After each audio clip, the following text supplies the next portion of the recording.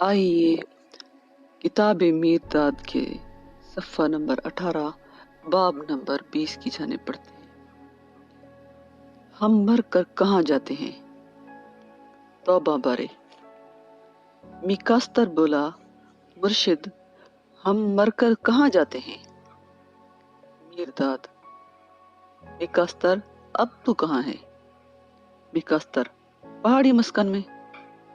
میرداد: تیرا کیا خیال ہے کہ یہ پہاڑی مسکن تیرے لیے کافی بڑا ہے؟ کیا تو سمجھتا ہے کہ یہ زمین ہی انسان کا واحد مسکن ہے؟ تمہارے جسم چاہے زمان اور مکان کے گھیرے میں ہیں، زمان و مکان کی ہر شے سے بنائے گئے ہیں۔ تمہارے جسم کا وہ جز جو سورج سے لیا گیا ہے سورج میں زندہ ہے، اور جو کچھ زمین میں سے لیا گیا ہے وہ زمین میں زندہ ہے، اور یہی بات دیگر سیاروں اور ان کے درمیان بے راہ خلاؤں کی ہے۔ صرف جاہل ہی ایسا سوچنا پسند کریں گے کہ انسان کا قیام ایک ہی زمین پر ہے، اور جو کروڑہا اجرام، لطیف اجسام، صبح کا ستارہ، آکاش گنگا مقام میں تیرتے رہتے ہیں، وہ انسان کے قیام گاہ کے لیے باعث زینت اور اس کی آنکھوں کی تفریح کا سبب ہیں۔ زہرہ، کہکشاں، شریعہ انسان کے لیے اس زمین سے کس قدر کمتر مسکن نہیں ہے۔ وہ جتنی بار اس کی آنکھوں میں روشنی پھینکتے ہیں اس کو اپنی طرف اٹھا لیتے ہیں، وہ جتنی بار ان کے نیچے سے ہو کر گزرتا ہے انہیں اپنی جانب کھینچ لیتا ہے۔ سبھی چیزیں انسان میں شامل ہیں اور انسان اسی طرح اس میں مدغم ہے۔ ساری کائنات ایک جسم ہے، اس کے چھوٹے چھوٹے ذرے سے دل کی بات کرتے ہوئے ساری کائنات سے مخاطب ہوتے ہو، اور جیسے تم جیتے ہوئے مسلسل مرتے رہتے ہو، ویسے ہی جب مرتے ہو لگاتار زندہ رہتے ہو۔ اگر اس قالب میں نہیں تو کسی اور شکل کے وجود میں، مگر خدا میں جذب ہو جانے تک تم کسی نہ کسی قالب میں زندہ رہتے ہو۔ کہنے سے مراد یہ ہے کہ جب تک تم ساری کی ساری تبدیلی طے نہیں کر لیتے، جینا جاری رہتا ہے۔ میکاستر: کیا ہم ایک تبدیلی سے دوسری تبدیلی کی جانب سفر کرتے ہوئے اس زمین پر لوٹ آتے ہیں؟ میرداد: دہرانا زمان کا قانون ہے۔ زمان میں جو کچھ ایک بار واقع ہوتا ہے اس کا بار بار واقع ہونا ضروری ہے۔ انسان کے معاملے میں یہ وقفے طویل یا مختصر ہو سکتے ہیں، اور یہ ہر ایک انسان کی خواہش اور رضا کے دہراؤ کی شدت پر منحصر ہے۔ جب تم اس چکر میں سے جسے زندگی کہا جاتا ہے نکل کر اس چکر میں جو موت کے نام سے جانا جاتا ہے داخل ہو جاتے ہو، اور زمین کی ان بجھی پیاس اور اس کی خواہشات کی انمٹ بھوک اپنے ساتھ لے جاتے ہو، تو تمہیں زمین کا مقناطیس پھر سے اپنی طرف کھینچ لے گا، اور زمین تمہیں اپنا دودھ پلائے گی، اور زمان تمہارا دودھ چھڑائے گا، اور یہ سلسلہ حیات تا حیات اور موت تا موت جاری رہے گا، جب تک کہ تم اپنی مرضی اور قوت ارادی سے زمین کے دودھ کا لگاؤ ہمیشہ ہمیشہ کے لیے چھوڑ نہیں دیتے۔ ابھی مار بولا، کیا ہماری زمین کا زور تم پر بھی چلتا ہے؟ کیونکہ تم بھی ہماری طرح ہی دکھائی دیتے ہو۔ میرداد بولا، میں اپنی رضا سے آتا ہوں اور اپنی رضا سے چلا جاتا ہوں۔ میں اس کرۂ خاک کے باشندوں کو اس زمین کے قید و بند سے آزاد کرانے کے لیے آتا ہوں۔ میکایون بولا، میں زمین سے ہمیشہ کے لیے رشتہ توڑنا چاہتا ہوں مرشد، میں یہ کس طرح کر سکتا ہوں؟ میرداد: زمین اور اس کے سب بچوں سے محبت کر کے۔ جب زمین سے تیرے حساب میں صرف محبت ہی باقی رہ جائے گی تو زمین تجھے اپنے قرض سے آزاد کر دے گی۔ میکایون: مگر محبت تو وابستگی ہے، اور وابستگی ایک بندھن ہے۔ میرداد: نہیں، محبت ہی تو بندھن سے چھٹکارے کا واحد ذریعہ ہے۔ جب تم ہر چیز سے محبت کرتے ہو تو تم کسی چیز سے بندھے نہیں ہوتے۔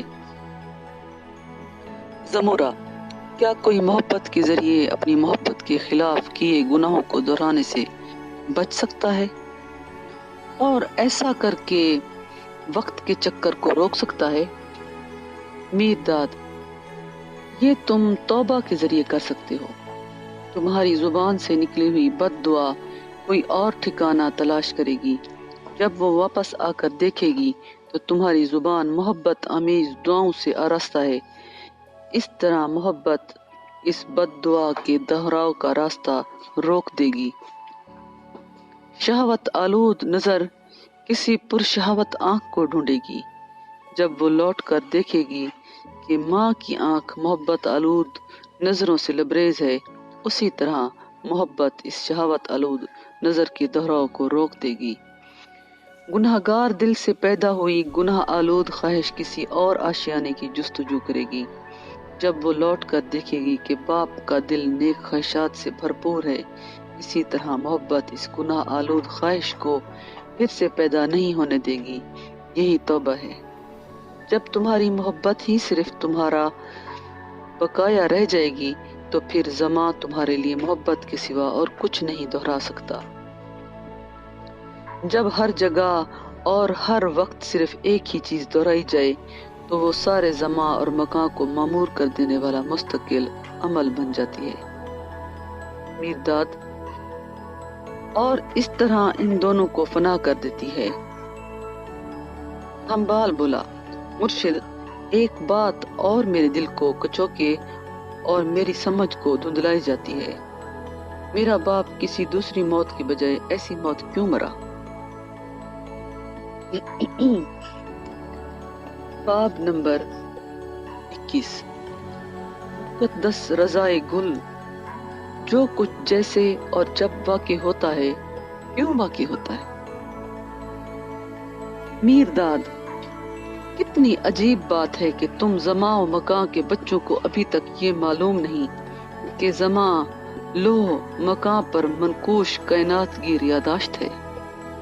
اگر تم حواس خمسہ کے ذریعے محدود شدہ ہونے کے باوجود اپنی زندگی اور موت کے درمیان عرصہ کی کچھ مخصوص چیزوں کو یاد رکھ سکتے ہو تو زماں جو تمہاری پیدائش سے پہلے بھی تھا اور تمہاری موت کے بعد بھی غیر معین عرصے تک قائم رہے گا، کتنی زیادہ چیزوں کو اپنی یادداشت میں محفوظ رکھ سکتا ہے۔ میں تمہیں بتاتا ہوں کہ زماں ہر ایک چیز کو یاد رکھتا ہے، صرف ان کو ہی نہیں جو تمہیں واضح طور پر یاد ہوں، بلکہ ان کو بھی جن سے تم بالکل بے خبر ہو، کیونکہ زماں کچھ بھی نہیں بھولتا، نہ معمولی سے معمولی عمل، نہ چھوٹے سے چھوٹا سانس، نہ خفیف سے خفیف دل کی ترنگ، وہ سب کچھ زماں کی یادداشت میں محفوظ ہو جاتا ہے۔ مکان کے اندر کی چیزوں پر گہرا منقوش کر دیا جاتا ہے۔ اگر تم میں پڑھنے کی طاقت اور معنوں کو سمجھنے کا اشتیاق ہو تو وہ زمین جس پر تم چلتے ہو، وہ ہوا جس میں تم سانس لیتے ہو اور وہ مکان جس میں تم بستے ہو، تمہارے ماضی، حال اور آنے والی زندگیوں کی تحریر میں لائی گئی چھوٹی سے چھوٹی تفصیل بڑی آسانی سے تم پر ظاہر کر سکتے ہیں۔ جیسے موت میں ویسے ہی زندگی میں، جیسے زمین کی حد سے پرے ویسے ہی زمین پر تم کبھی تنہا نہیں ہوتے، بلکہ لگاتار ان چیزوں اور ہستیوں کے ساتھ ساتھ رہتے ہو جن کا تمہاری زندگی اور موت میں حصہ ہے۔ جس طرح وہ تم سے کچھ لیتی ہے اسی طرح تم ان سے کچھ لیتے ہو، جس طرح تم انہیں ڈھونڈتے ہو اسی طرح وہ تمہیں ڈھونڈتی ہے۔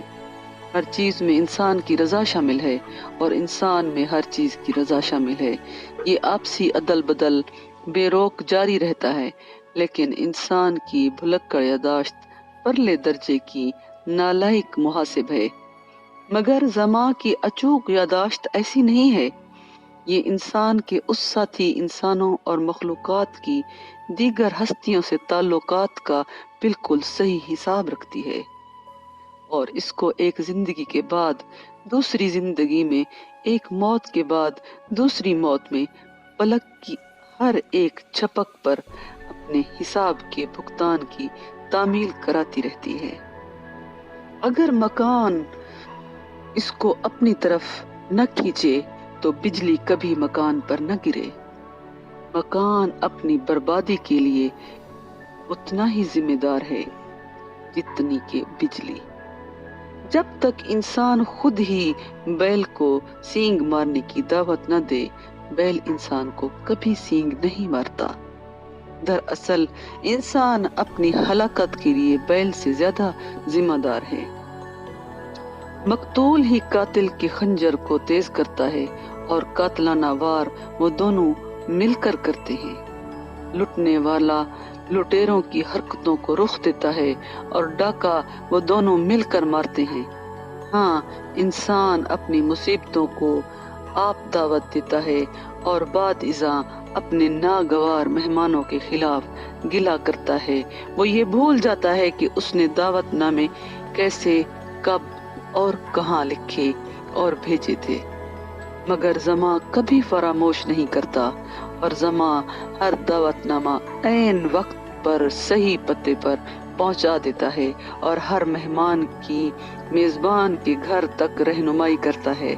میں تمہیں بتاتا ہوں، کسی مہمان پر ناراضگی کا اظہار نہ کرو، ایسا نہ ہو کہ مناسب وقفہ سے زیادہ دیر ٹھہر کر یا وہ بار بار آ کر اپنی خودداری پر لگی خفیف سی چوٹ کا بدلہ لینے پر آمادہ ہو جائے، خواہ ان کا رنگ اور روپ اور رویہ کیسا بھی ہو۔ اپنے مہمانوں کے تئیں مہربان اور مہمان نواز رہو، کیونکہ اصل میں وہ تمہارے قرض خواہ ہیں۔ بلکہ بیہودہ مہمانوں کی تو خاص کر ان کے استحقاق سے زیادہ مہمان نوازی کرو، تاکہ رخصت ہوتے ہوئے وہ مطمئن اور تمہارے شکر گزار ہو کر جائیں، اور اگر وہ دوبارہ تمہارے گھر آ بھی جائیں تو قرض خواہ کے طور پر نہیں، دوست بن کر آئیں۔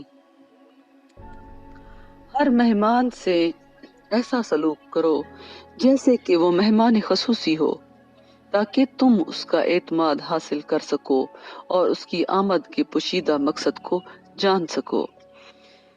کسی مصیبت کو ایسے قبول کرو جیسے کہ وہ رحمت بن کر آئی ہو، کیونکہ ایک بار صحیح معنوں میں قبول کی گئی مصیبت فوراً رحمت میں بدل دی جاتی ہے، جبکہ غلط ڈھنگ سے قبول شدہ رحمت جلد ہی مصیبت بن جاتی ہے۔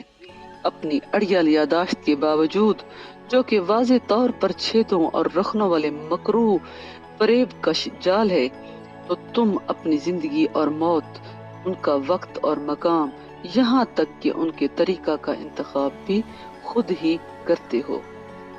دانا بننے کی کوشش کرنے والے لوگ اعلان کرتے ہیں کہ انسانوں کا اپنی زندگی اور موت میں کوئی حصہ نہیں ہوتا۔ کاہل لوگ جو اپنی آنکھوں کی تنگ درزوں میں سے زمان و مکان کو کج نظری سے تکتے ہیں، زمان و مکان میں واقع ہوئے بہت سے حادثوں کو محض حد سے مان کر فراموش کر دیتے ہیں۔ میرے ساتھیوں، ان کی خود سری اور دغا بازی سے خبردار رہو۔ زمان اور مکان میں کوئی حادثے نہیں ہوتے، مگر سبھی اشیاء رضائے کل کے حکم سے وجود میں آتی ہے، جو نہ کسی شے میں غلطی کرتی ہے، نہ ہی کسی شے کو نظر انداز کرتی ہے۔ جس طرح بارش کے قطرے اپنے آپ کو چشموں میں جمع کر لیتے ہیں اور چشمے بہہ کر نالوں اور ندیوں میں مل جاتے ہیں، ندیاں اور نالے اپنے آپ کو دریاؤں کے سپرد کر دیتے ہیں، اور دریا اپنے پانیوں کو لا کر سمندر میں ڈال دیتے ہیں، اور سمندر صحرائے اعظم میں مدغم ہو جاتے ہیں، اور اسی طرح ہر جاندار اور بے جان شے کی رضا معاون کے طور پر اپنے آپ کو رضائے کل میں تحلیل کر دیتی ہے۔ میں تمہیں بتاتا ہوں کہ ہر شے کی اپنی رضا ہوتی ہے، یہاں تک کہ پتھر کی بھی، جو بظاہر اتنا بہرا، گنگا اور بے جان ہے، اپنی رضا کے بغیر نہیں ہے، ورنہ وہ وجود میں ہی نہ آتا، نہ کسی شے پر اثر ڈالتا اور نہ کسی شے کا اثر قبول کرتا۔ اپنی رضا اور وجود سے متعلقہ اس کا شمور مقدار میں ان سے الگ ہو سکتا ہے، اصل مادہ کے طور پر نہیں۔ کسی ایک دن کی کتنی زندگی کے متعلق تم پورے دعوے سے کہہ سکتے ہو کہ تم اس سے باخبر ہو؟ دراصل ایک خفیف سے حصے کے متعلق۔ جب تم دماغوں اور یادداشتوں سے لیس ہوتے ہوئے اور ولولوں اور خیالوں کو محفوظ رکھتے ہوئے اپنے جی چکے ایک دن کے بڑے حصے سے بے خبر ہو، تو پھر اس میں حیرانی کی کون سی بات ہے کہ ایک پتھر اپنی رضا اور زندگی سے بے خبر ہے؟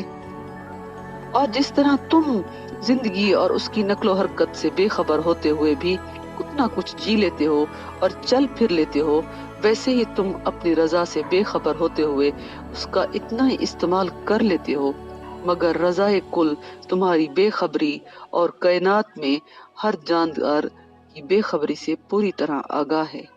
رضائے کل اپنے دستور کے مطابق زمان کے ہر لمحہ اور مکان کے ہر نقطہ پر اپنے آپ کو بار بار تقسیم کرتی ہے، اور ایسا کرتے ہوئے وہ ہر انسان اور ہر شے کو جس کے لیے اس نے شعوری اور لاشعوری طور پر اپنی خواہش ظاہر کی ہو، پھر سے جو تقسیم کرتی ہے، نہ اس سے زیادہ نہ اس سے کم۔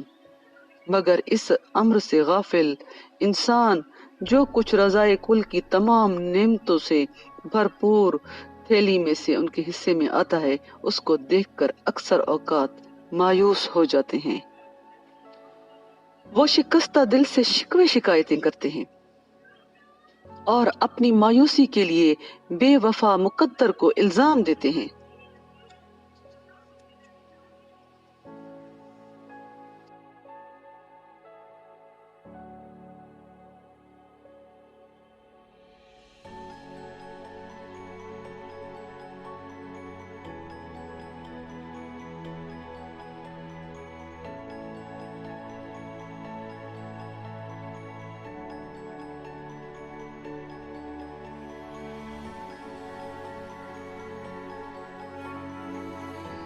درویشو، مقدر بے وفا نہیں ہے، کیونکہ مقدر تو رضائے کل کا دوسرا نام ہے۔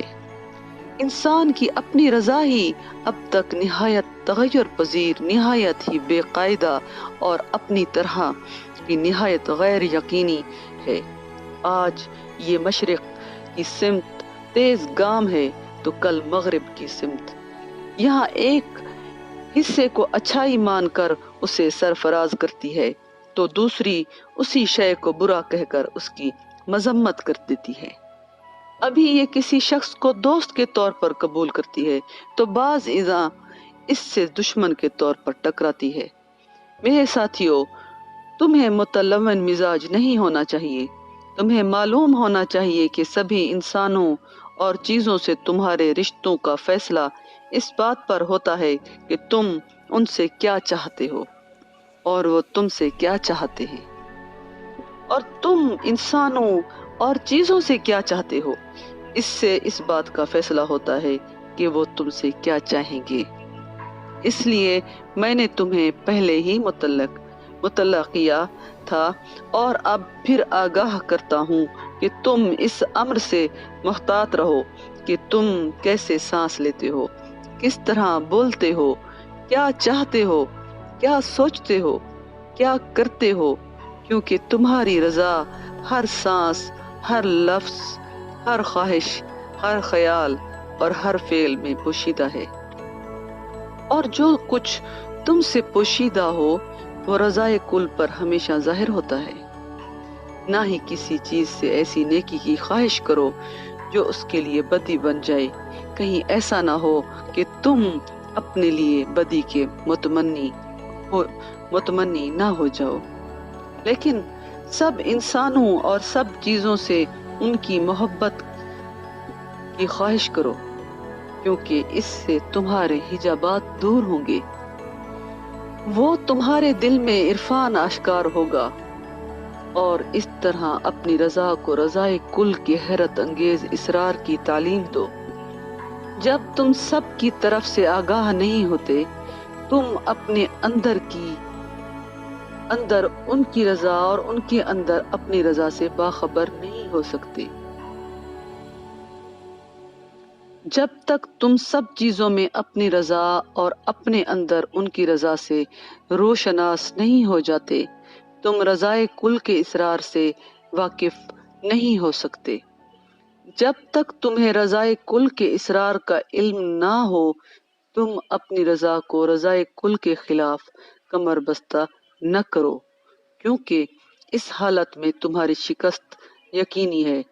تم ہر مقابلہ میں زخمی ہو کر کڑواہٹ سے بھرے ہوئے لوٹو گے، اور تم بدلے کے لیے بے تاب ہو جاؤ گے، جس کے نتیجے کے طور پر تمہارے پرانے زخموں میں نئے زخم شامل ہو جائیں گے اور تمہاری کڑواہٹ کا پیالہ چھلک اٹھے گا۔ میں تمہیں بتاتا ہوں کہ اگر تم شکست کو فتح میں بدلنا چاہتے ہو تو رضائے کل کو قبول کرو۔ ان سب چیزوں کو بلا شکوہ و شکایت قبول کرو جو اس کی پر اسرار تھیلی میں سے تمہارے لیے نکلتی ہیں، اور ان کو شکر اور اس اعتماد کے ساتھ کہ وہ رضائے کل میں تمہارا جائز اور مناسب حصہ ہیں قبول کرو۔ ان کو ان کی قیمت اور معنی سمجھنے کی نیت سے قبول کرو، اور اگر ایک بار تمہیں تمہاری رضا کے مخفی طور طریقوں کی سمجھ آ جائے گی تو تم رضائے کل کو سمجھنے لگو گے۔ جس کو تم نہیں جانتے اس کو قبول کرو تاکہ وہ تمہیں اور اس کے بارے میں جاننے میں مدد دے۔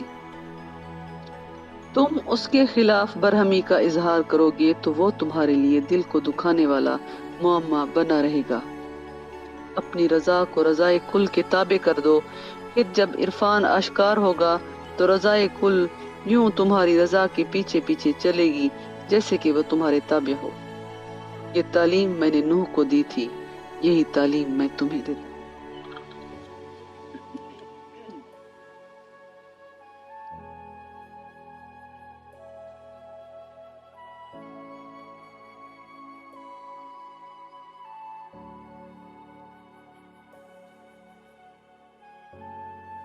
باب نمبر 22 کے سلسلہ کلام کو آگے بڑھاتے ہیں۔